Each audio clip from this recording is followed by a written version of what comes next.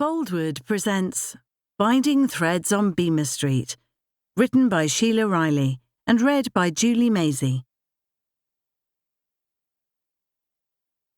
Chapter 1. May 1930. "Ma'am, will you please sit still?" 23-year-old Daisy Haywood stood behind her mother, seated at the dark oak dressing table, which had stood in the same place between two sash windows for as long as anybody could remember. "I'm sorry, love," Molly said, eyeing a lethal-looking hat-pin being poked into her new sky-blue, crushed velvet cloche hat. As this was a special day, Molly had opted for the hat with the side feather in shimmering peacock blue, which the milliner said would enhance any mother of the bride. 50-year-old Molly hadn't the heart to tell the bustling assistant that she was the bride. "I'm just nervous, that's all." "What are you nervous about?" asked Daisy. "You've known Percy since Adam was a lad."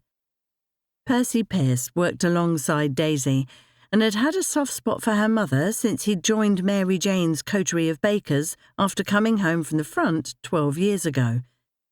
He'd been lodging in her mother's parlour and back bedroom for the last 3 years.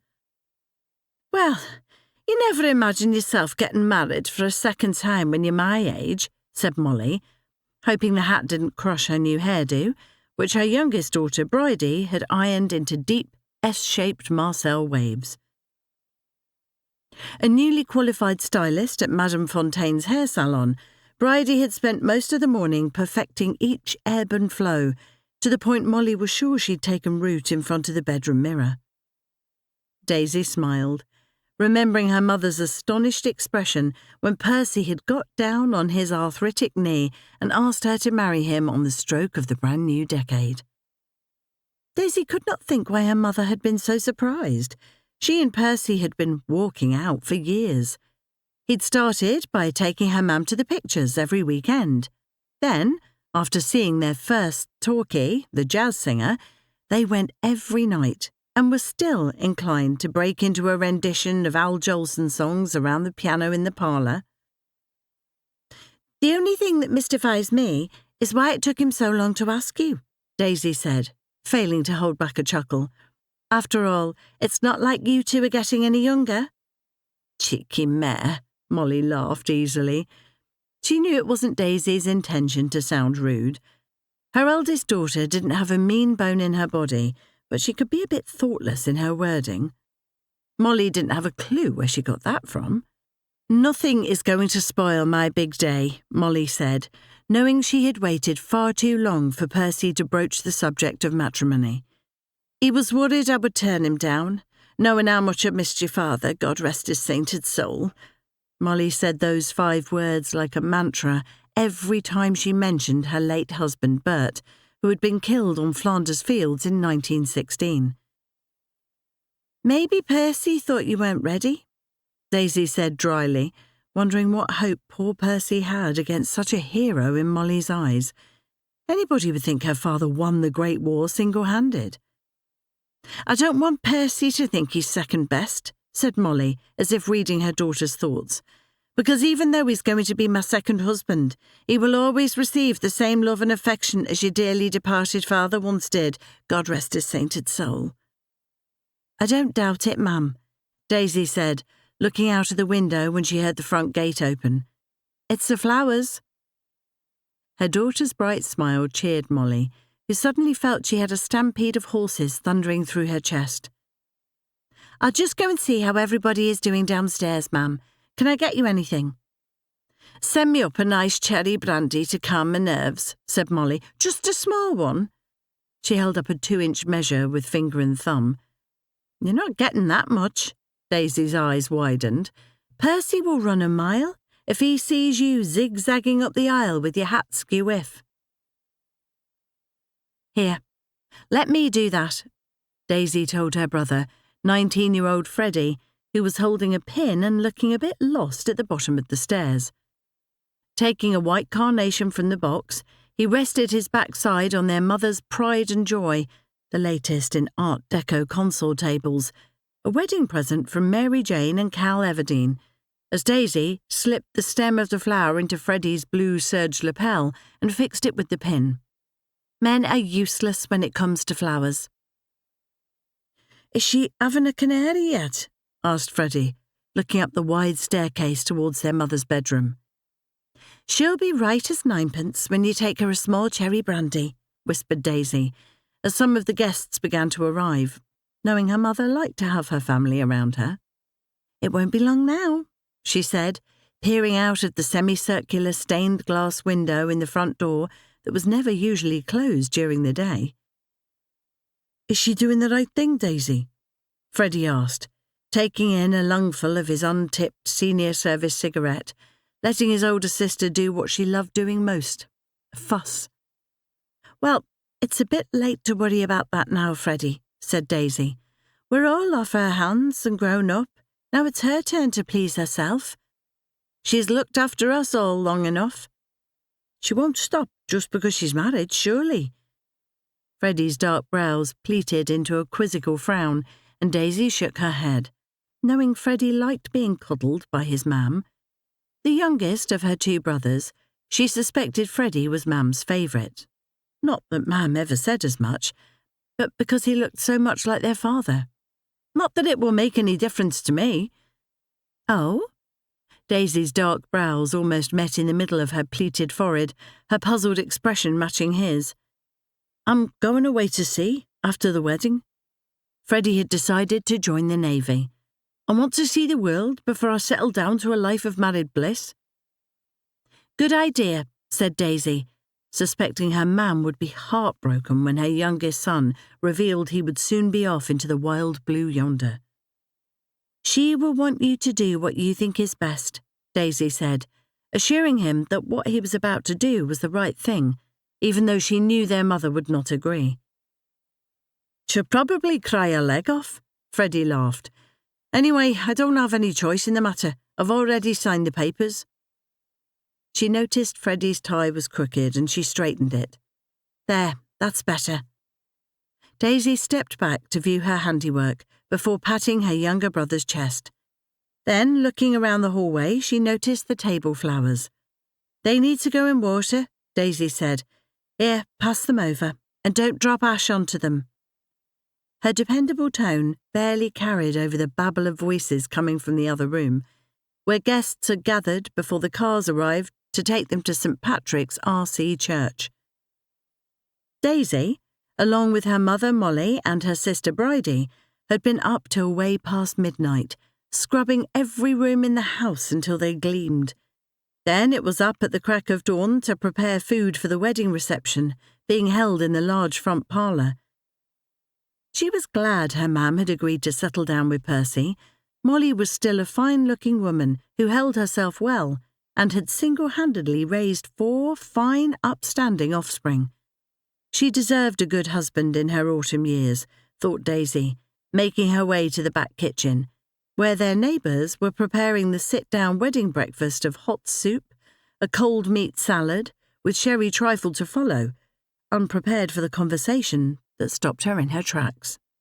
"Daisy Haywood is the most finicky person I know," complained Ina King, a neighbour.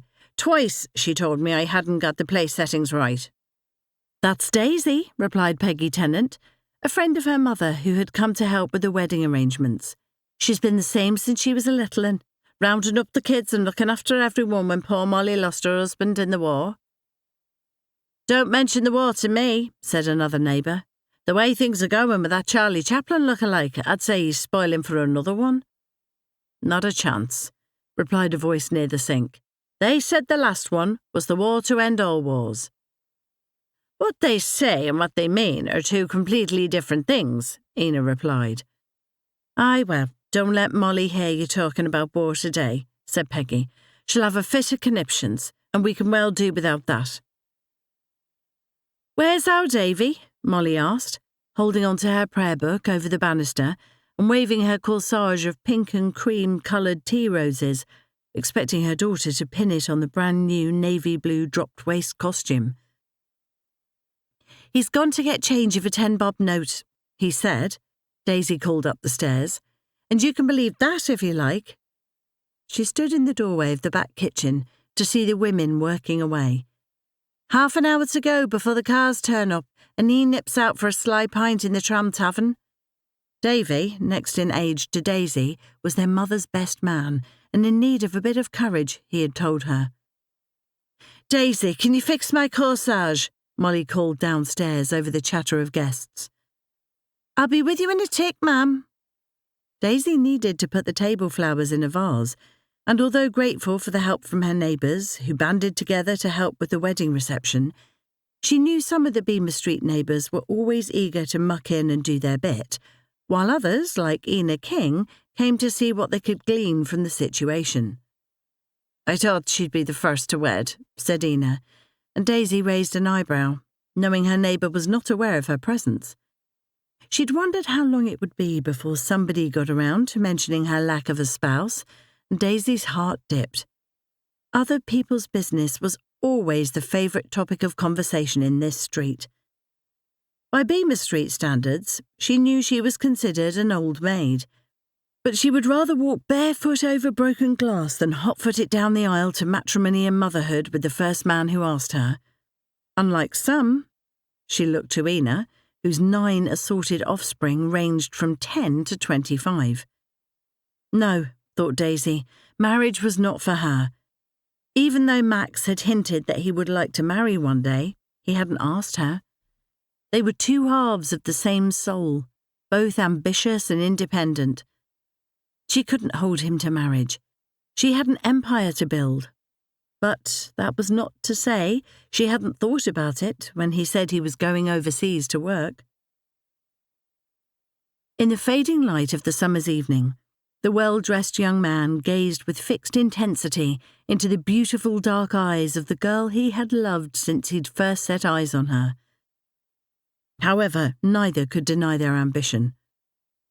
As the sun dipped below the horizon of the dockside, casting a warm amber glow over the small North Liverpool town, Max Galant gently took her hands in his as Daisy Haywood's eyes brimmed with unshed tears, reflecting the ache in her heart.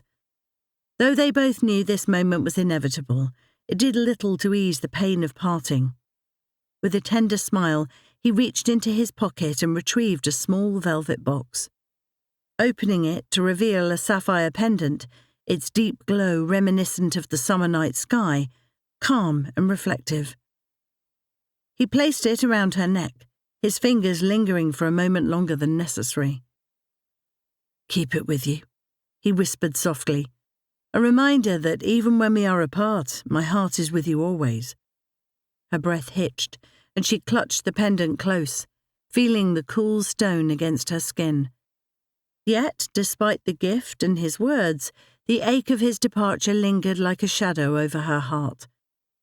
As he prepared to leave, she watched him walk up the gangplank of the ship, the weight of impending separation heavy upon her. Though the sapphire symbolised hope and fidelity, it could never erase the sorrow of their parting. Daisy didn't like goodbyes. They always brought her out in tears. It was the same when their Bridie said she wanted to work in one of those posh salons in London. She knew Max and her love would be tested in the coming months or even years by distance, but the memories they shared, and the pendant, would serve as a beacon of their enduring friendship. Chapter 2. The 23rd of December, 1935. 28-year-old Daisy Haywood lifted her head as she passed Mary Jane Everdene's bakery and confectioner's shop, the shop she had worked in until she had started her successful silver service events catering business after Max Galant went away.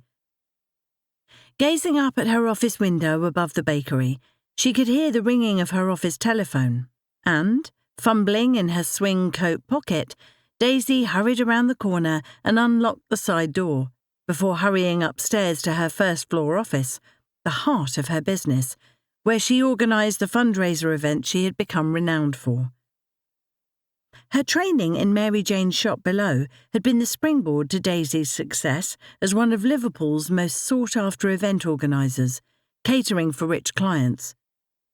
She had been asked many times why she didn't operate from one of those upmarket offices overlooking Bold Street or Rodney Street in the more affluent part of the city. But Daisy's heart and her business belonged to Beamer Street. The address kept her grounded, as well as keeping her locally placed staff in a job without having to pay a fortune in travelling costs every day. She had experienced the poverty that pervaded the surrounding streets, especially in these economically depressed times, when jobs were still scarce on Merseyside since the Wall Street crash of '29. But her determination to better herself had allowed her the prerogative to employ only locals, who would otherwise struggle to find work. Daisy offered higher than average wages, and she was never short of workers. There was always a willing queue of locals ready to start work at a moment's notice. Mary Jane had taught Daisy the finer points of catering to the upper classes, and Daisy had come a long way. Her unstinting work ethic and excellent attention to detail had propelled her towards some of the highest echelons in society. But by the time she'd got to the tastefully decorated office, the candlestick telephone had stopped ringing. "Bugger," she breathed.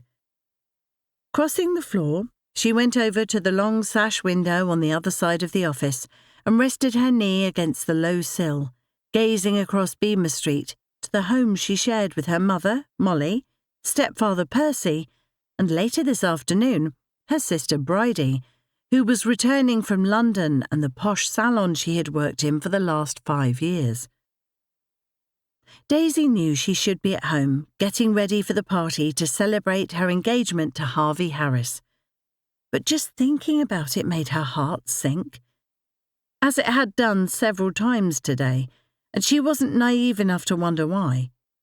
Harvey was a nice enough chap, but was being nice enough to promise the rest of your life away?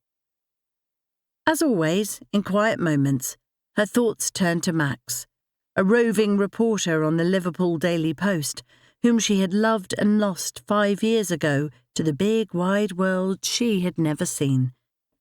Max wanted excitement. Reporting on world affairs would do that, he'd said. Taking particulars of local weddings and christenings would not.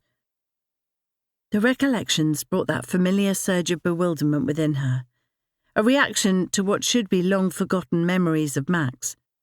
Instead, they left her perplexed, causing an uneasy wave of guilt to rise inside her. Daisy knew that today of all days she should not be thinking of Max. He had gone abroad in search of those exciting stories, while she became one of the Northwest's most successful event organisers. A broken heart could do that to a girl, she supposed. From the other side of the office, the tall sash window overlooked the Mersey dockside, its cranes and ships clearly visible. Daisy gazed with unseeing eyes, lost in her own deep thoughts of the day Max had boarded the ship. She hadn't seen him since. Yet the question still troubled her. Would she give all of this up if Max came back and asked her to, as Harvey had asked of her yesterday? The shock of his casual expectation had shaken her to the core and set her thoughts reeling. She didn't want to cease the business which she had worked so hard to make the success it deserved to be. She couldn't. She wouldn't. Not for anything. Her despair over losing Max had muted over the last 5 years by long hours of doing the work she loved.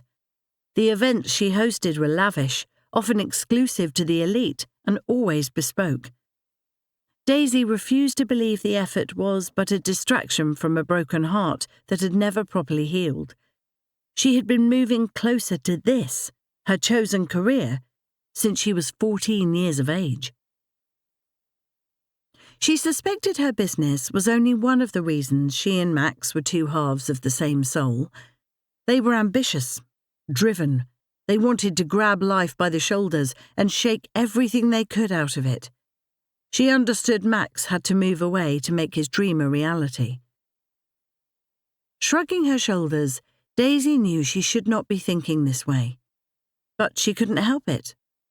She should never have agreed to Harvey's proposal. But it was too late to back out now.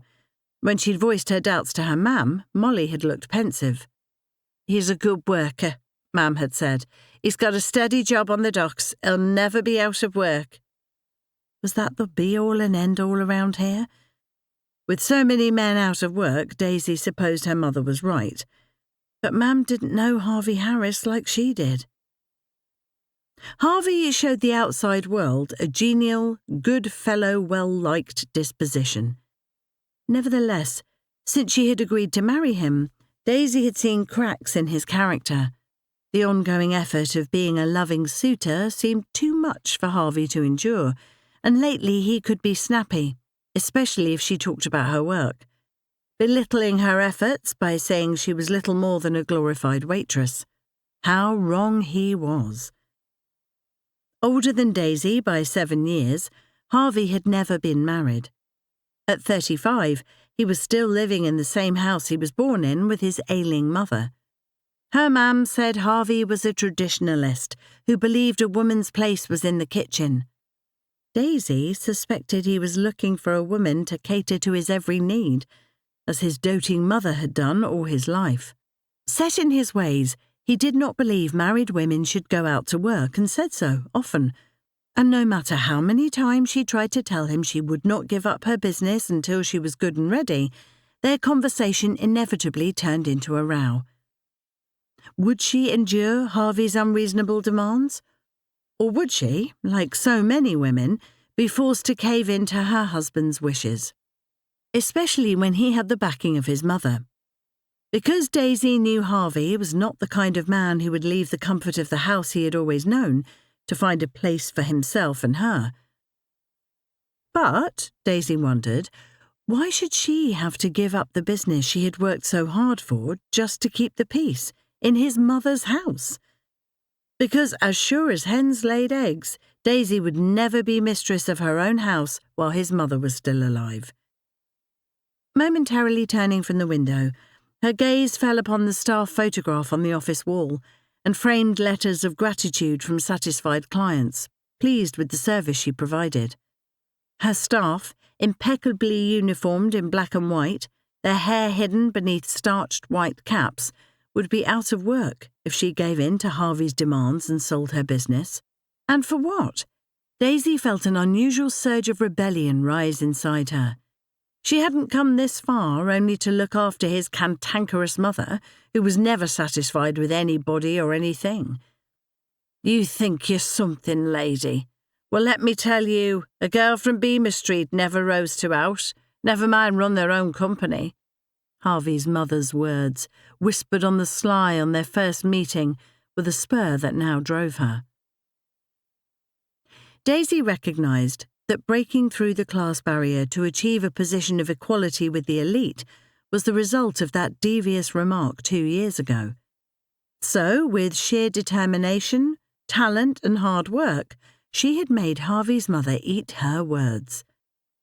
While it was unusual for a working-class girl to reach the heights she had climbed, Daisy proved it was possible. She refused to be scorned by Harvey's mother, and she refused to give up her business now. Silver Service Events was aimed at the powerful, richest, most successful clients in England. But Daisy prided herself on the fact she never forgot those less fortunate, giving her service freely to local charities. Her modest upbringing had been no different from every other family in this close-knit dockside community. Raised single-handedly by her widowed mam after her father, like so many others, was killed on the battlefields in the Great War. Daisy was independent before she even knew the meaning of the word. She never worried about money and riches because her family didn't have any. Nevertheless, lack of money did not diminish her ambition or her opportunity, which was why she vowed she would never go back to the old days when she would be beholden to anybody. As the day of her engagement drew closer, Daisy realised if she agreed to Harvey's suggestion to give up her business and settle down to be a housewife or even a mother, he would use her loss of independence to dominate her. In that moment, turning her attention back to the window, The silhouette of cranes and ships brought her firmly back from her contemplation. Daisy knew she would never give up her business to do a man's bidding. Silver service events meant far too much to her. Daisy gave a quiet smile as she watched Percy, her stepfather, crossing the street. Her heart secretly burning to find the same kind of love her mam and Percy shared. A love that allowed each to be their own person. There was nothing selfish or demanding about their love. And in that moment, it was as if the scales had fallen from her eyes. She doubted she would receive the same understanding from Harvey. She reached for the letter she had received this morning from Max. He wrote sporadically. His letters, filled with news you would never hear on the wireless, were kept in the top drawer of her dressing table. He wrote of the growing unrest in Franco's Spain, and of the rising victory of that ranting little man with a Charlie Chaplin moustache, whose furious tirades drew thousands in colossal rallies. Herr Hitler was being hailed as a national saviour who had founded the National Socialist German Workers' Party, now known as the Nazi Party, ensuring there was no unemployment in Germany, like there was here, at home. Yet, according to Max, the work was in munitions factories, building weapons in case of war. The news, while unsettling, didn't affect Daisy in the same way as the unemployment crisis here. Max believed a woman should do as her heart told her, and not what was expected. With much effort over the last 5 years, she had done just that, while trying to bury her dreams of marrying him. Then, this morning, completely out of the blue, she had received the letter and heard his voice on a BBC News broadcast. She couldn't help herself, even though she knew it was wrong, but in that moment, all the old familiar feelings came flooding back, his deep, soulful voice echoing in her thoughts. She couldn't get his words out of her head. She didn't want to. With no other leader able to command sufficient support, Max's voice now filled the office as the news repeated his overseas report.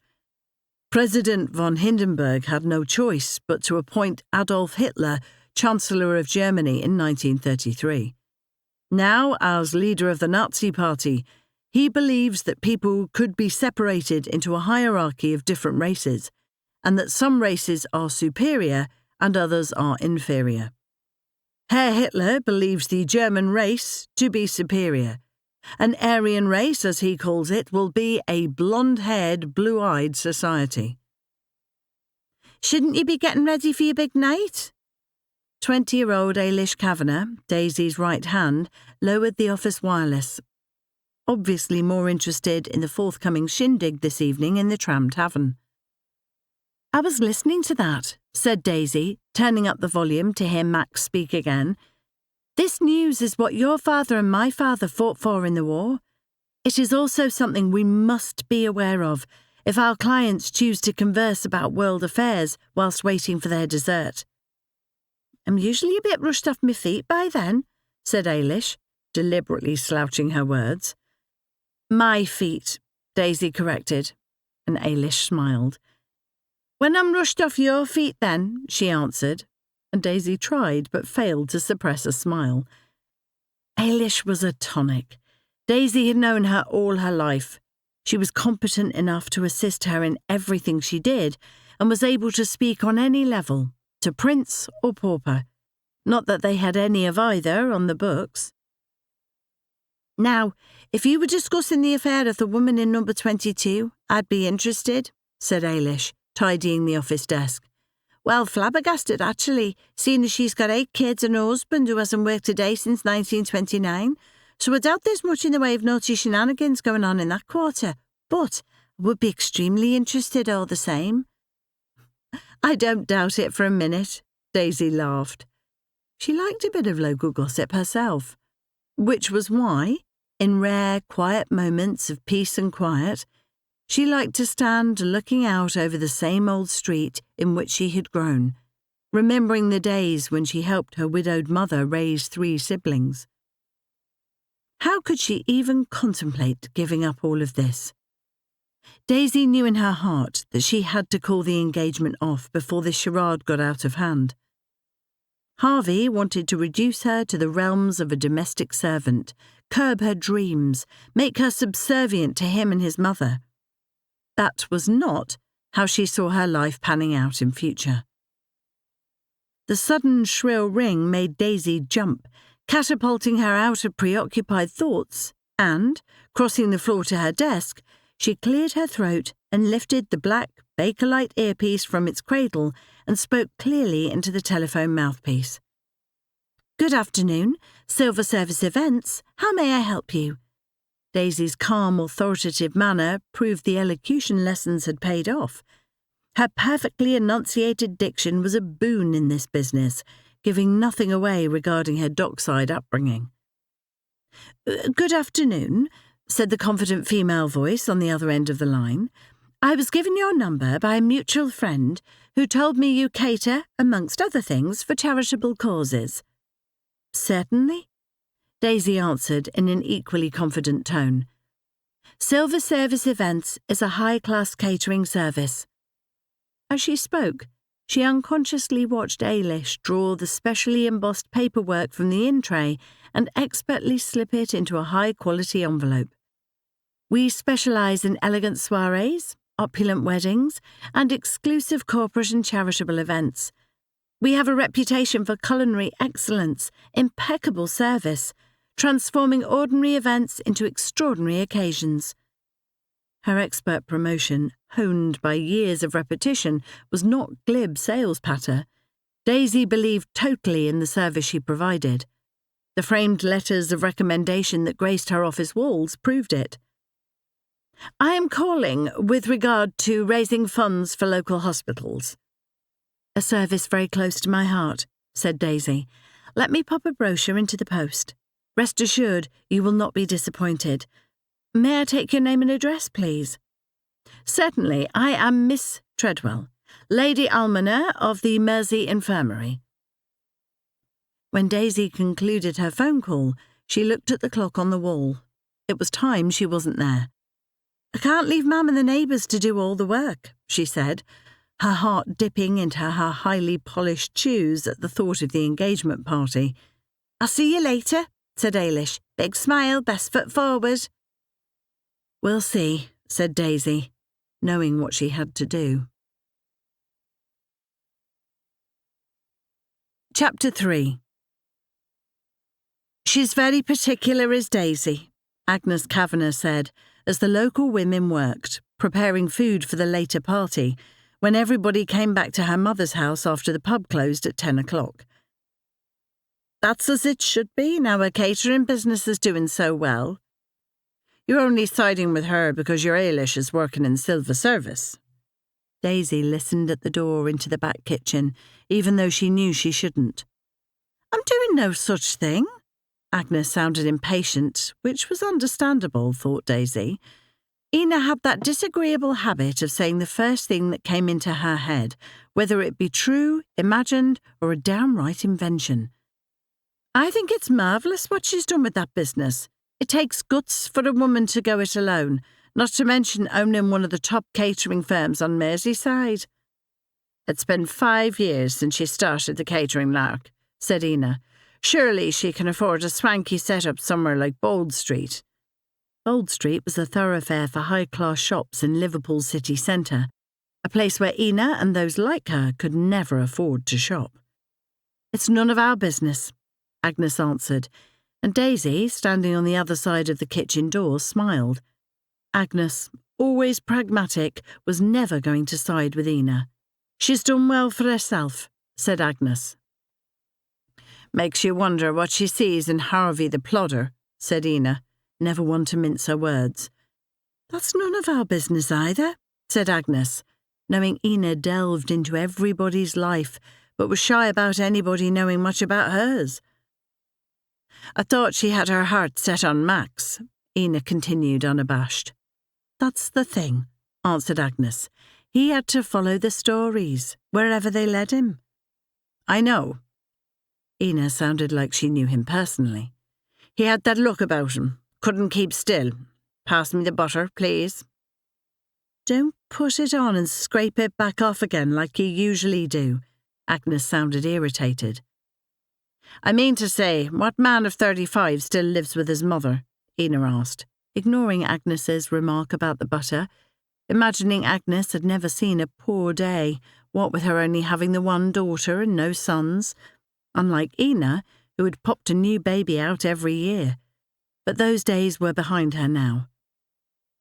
A girl like Daisy, with her striking looks and shapely figure, could have any man she wants, Agnes continued. She reminds me of the American actress Louise Brooks, with her bobbed hair and dark eyes. Even though Daisy knew she shouldn't listen, she could not pull herself away from the jangling neighbours, knowing they were speaking the truth as they saw it. But they would never know the despair she had suffered when Max had left. How could they? She always wore a ready smile, inclined to make a cheerful quip.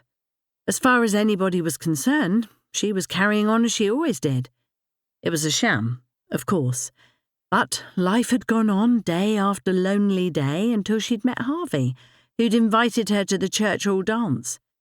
She had felt it churlish to refuse after he had asked her on numerous occasions. Max had been gone for 3 long years then, and it didn't look like he was coming back. So, when she and Harvey had started going dancing 2 years ago, she was inclined to wonder what, exactly, was she saving herself for.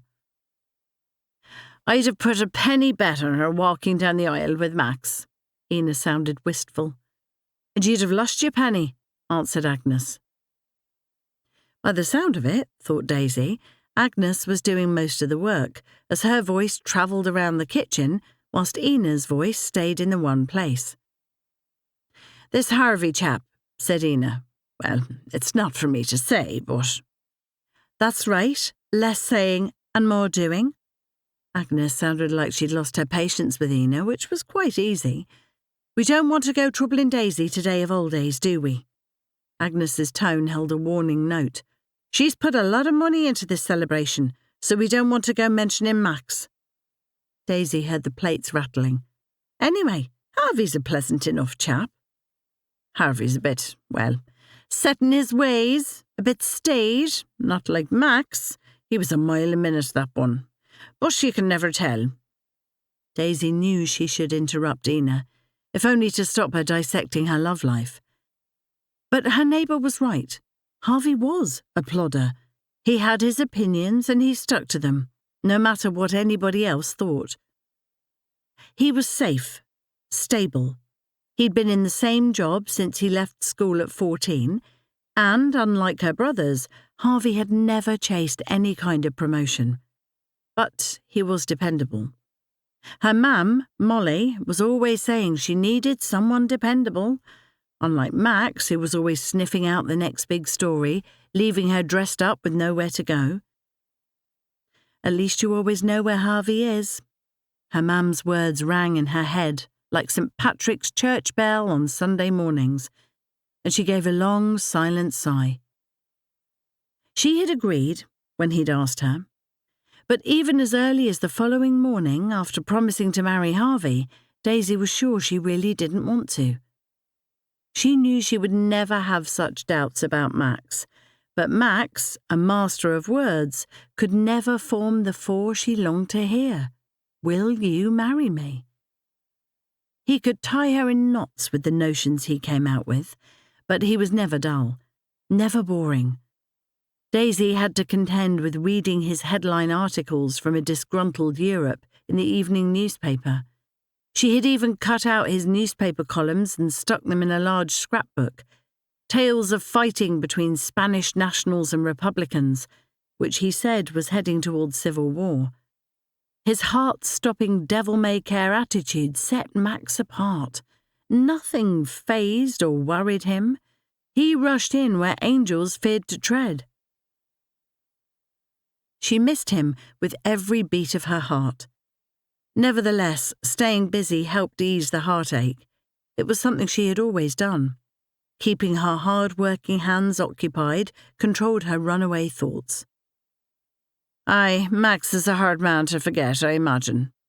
Ina's voice brought her out of her deep thoughts and stopped the creeping guilt that was her daily companion when her mind drifted to that secret place of memories where only she could go.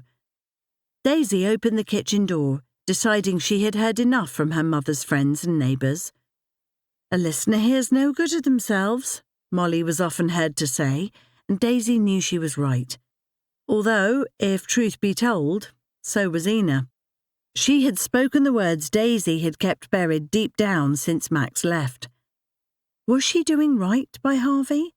Allowing him to believe she wanted to be his wife? Was she being fair to him? Of course not. He deserved someone who loved him wholeheartedly, someone who wanted to spend the rest of her life with him, not someone who suspected she was only getting engaged to keep her mother happy, or someone to look after his ailing mother. The thought sent a shiver of dread through her body. But she could not break Harvey's heart. She could not cancel their engagement, which was galloping towards her at a terrifying pace. Harvey was kind. He brought her mother flowers every Sunday. He listened to the Saturday football results on the wireless and enjoyed checking Percy's coupon from Littlewood's pools. Even though he rarely gambled, Harvey was a safe bet. Hurting him was never her intention. He got on well with her family. He thought her brothers were dependable chaps. He said so, often. He never tried to force himself on her. Sometimes he even forgot to kiss her when he brought her home from the Saturday night dance. She respected that, at first, but in her heart she knew she needed more than Harvey was expecting to give. If that made her sound like her reckless sister Bridie, then so be it. "Is everything all right?" Daisy startled the two neighbours, whose deep conversation stopped as soon as she entered. At least Agnes had the grace to look uncomfortable, obviously embarrassed at being caught out, if that pink flush creeping up her neck was anything to go by. But both neighbours recovered quickly, giving exaggerated smiles. "Oh, you look nice," said Ina, who was not usually one to exert herself in the overuse of compliments. "You really suit that colour, and the pendant sets it off a treat."